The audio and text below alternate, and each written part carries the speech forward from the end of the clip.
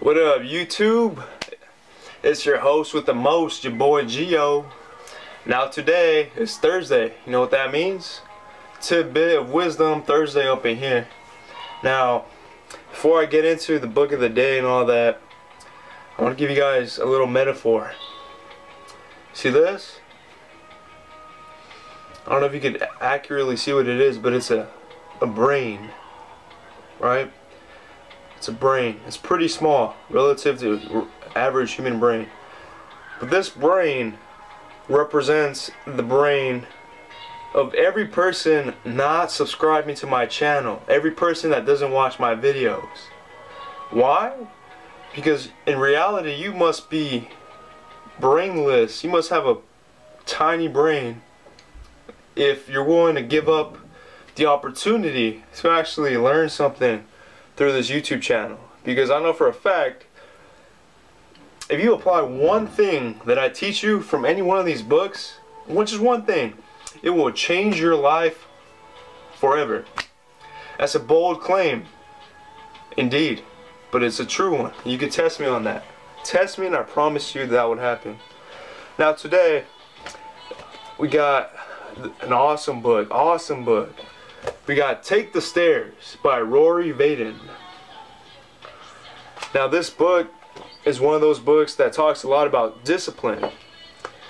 Now if you know me, I don't know if you guys can tell, but I'm really happy right now.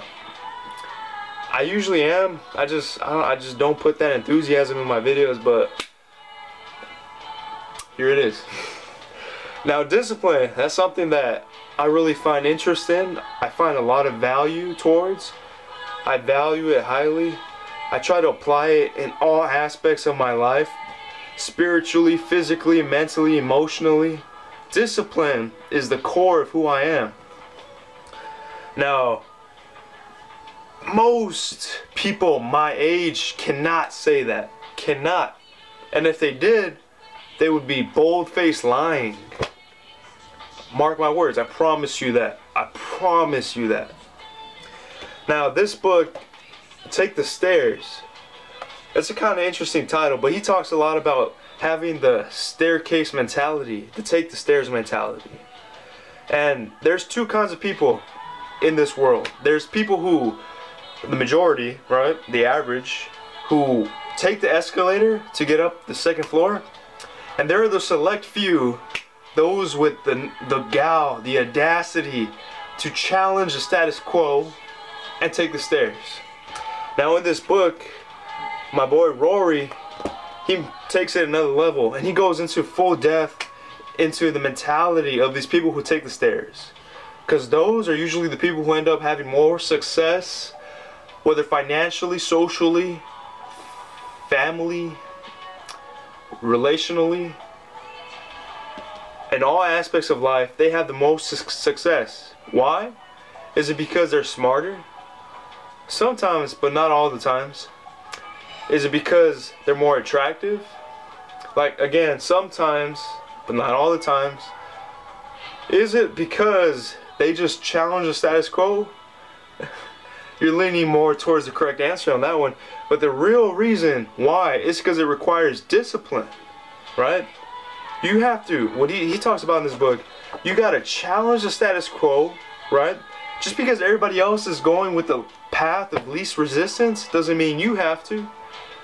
Matter of fact, he goes and makes a whole book titled Take the Stairs, saying that discipline to do the things that most people don't like doing is what will make you successful, is what will help you achieve your goals, whatever they are, in all aspects of life.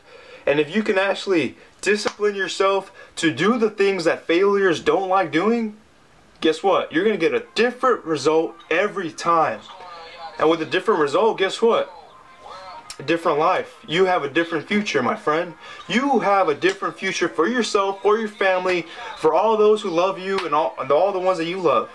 All because of why? Because you have the discipline, the balls, the gall, the courage, the resolution inside yourself to actually go out there, do something different, capitalize on the opportunity that's out there, and make something out of yourself, right? That's ultimately what it comes down to. whether you're willing to challenge what everybody else is doing, no matter what everybody else is saying, doing things that are out of the ordinary, that are freaking not average, to get you a better result. That's what take the stairs mentality really does, dude. I like reading you guys passages from the book, and I'm gonna just show you. This is one of those books where there's gems everywhere. I'm just opening up random pages, and you tell me. There's gems everywhere. So I'm gonna open up a random page and read something that I underlined.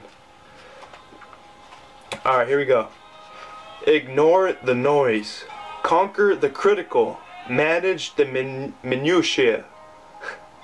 To achieve the focus we so vitally need, we need to manage 3 essential aspects of ourselves: our thoughts, our words, and our behaviors.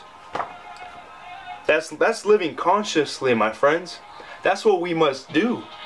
If we want to be successful in life, if we want to have our purpose on this earth fulfilled, we must live consciously. We must monitor what we're doing. Most people live unconsciously. Now, I'm not saying they're just freaking zombies, just like, but metaphorically speaking, they are, right? Most people, they don't even care what they're giving out to the world. They provide no value. All they do is take. They take, they take, they take. All they do is ask, right?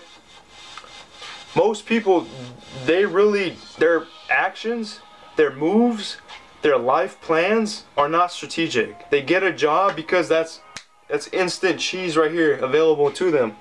Not thinking about the long term, the opportunity cost that getting that job is going to cost them in the future, right? Because while they're doing that, I mean, what's up?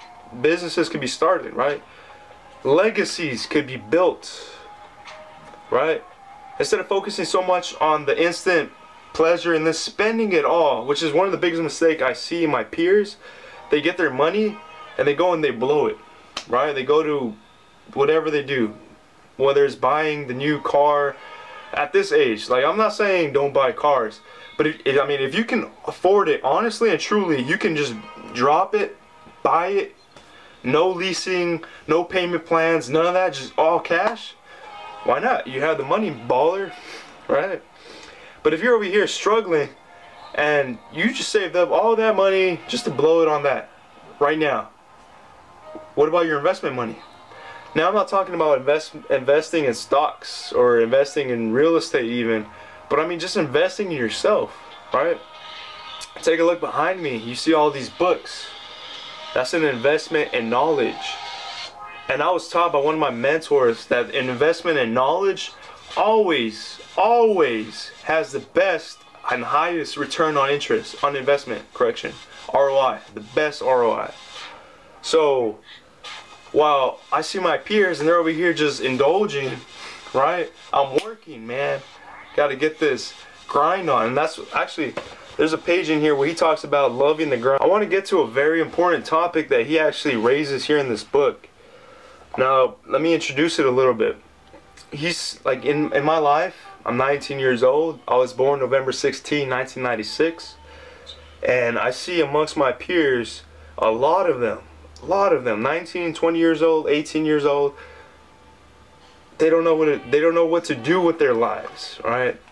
So instead of thinking about it, what they do is they just focus on right here, right now. How much fun, how much pleasure, how much enjoyment, how much entertainment they can have right now. Now, I'm not a judge, right? I believe only God can judge. But that mentality will lead you to failure. Now, in this book, I hope you guys can see that. I circled, there's this little passage he has on the side. I'm going to read it to you. He says, we need to stop spending so much of our time trying to make the right decisions and instead start spending our time making decisions and then making them right. So many people, so many kids, teens, whatever you want to call them, my age, are so afraid. They're afraid of failure. They're afraid of their future. They're afraid to try anything new because they don't want to risk anything. And this is what, like, really and truly, from the deep in my heart, I'm going to spill out to you. My generation is failing. I'm 19 years old. My generation, we are 19 years old. We have our whole lives ahead of us, right? At this age, at this very moment, this exact moment, as you're watching this video, we can afford the most risk we'll probably ever be able to afford. Down the line, 20 years from now, when you're married and have children, how much risk can you afford then, right? How much more afraid of failing are you going to be then? You see what I'm saying? Right here, right now, if you're my age, we are young. We got to take advantage, man. We got to capitalize, right? Go balls to the wall. Put it all out there. If we fail, so what? Right? Try something else. Failure? All right. Don't give up. Get back up. Try again. All right? Failure is inevitable in all aspects of life. If you meet someone who's never failed at anything, please introduce them. Go on my Twitter, get their @ and tag me. I want to meet this person. But majority of people who are successful, all these multi-billionaires, multi-millionaires, they fail, dude. It's not like they just tripped and fell into this money. Nah, they were hustlers. Hustlers in every sense of the word, man. They really grinded for theirs. They really tried to get theirs. And they didn't stop. They might have failed a couple times. Maybe some even hundreds of times, which is kind of baffling to me. There's some people whose books get rejected for publishing over 60 times. And yet, they continue. And they don't give up. They keep going. They keep struggling. They keep fighting. They keep staying disciplined. Right? And what happens? Their book gets published. Now they sold millions of copies. Now they're a freaking 100 millionaire. You see what I'm saying? Success. What does it take? It takes discipline. It takes drive. Let me just read you some of the characteristics of success that he says. This is just a table of contents I'm reading right here. It says sacrifice, commitment, focus, integrity, schedule, faith, action. Most important of all, my perspective, action. Right? Because we could have all this knowledge in our head. This could be the brain of the average human being compared to us. And if we don't take action, it's all for nothing, man. Like, what good does it do us? What good does it do our future? Very minimum, right? So, I just want to go over like my top two factors of success that he mentions in this book. And this is just a table of contents, so I'm gonna give you my feedback on that. Sacrifice. That's one of the most important, actually. What are you willing to give up to get what you most desire? Ask yourself that. Constantly ask yourself that. Don't just think about it, dude. Just freaking mentally resolve within yourself. Like, all right, enough of this BS. What am I going to give up to get what I want? Because obviously what I'm doing right now isn't getting me what I want. I'm not even moving towards that direction. So reflect. Watch my other video. Reflect. Right? Think about what you need to give up to get what you want. Alright, you're going to have to give up Taco Bell for a few months? So be it. Do what you have to do to get what you want, if that's what you want. If not, don't whine and complain about it. Right? I'll make another video about this later. Complaining and all that. But, let's see. Schedule. I like this one a lot. I made a whole video on scheduling. And it was all actually based on this book right here. How to get control of your time and your life. If you haven't seen this tidbit of wisdom, go watch it. Guaranteed, if you apply it, it will change your life. Guaranteed. Now, the importance of schedule is extreme. Because if you can manage your time, you can control your destiny. Mark my words. Alright? Whoever has ears to hear, let them hear. Because the majority of the time we keep ourselves busy, right? Busy doing really insignificant tasks that if we didn't do them, no harm would be done. Like nothing, it really doesn't matter. But scheduling the freaking most beneficial parts of your life and actually making sure that they get done no matter what, day in, day out, week after week, month after month, year after year. Logically thinking, will that not make you successful? Right, there's that one. And then the last one that I think was really worth mentioning is faith. Besides action, faith is one of the most important. Why? Because without faith, you won't have the energy to get up in the morning. Without faith, you will be a quitter.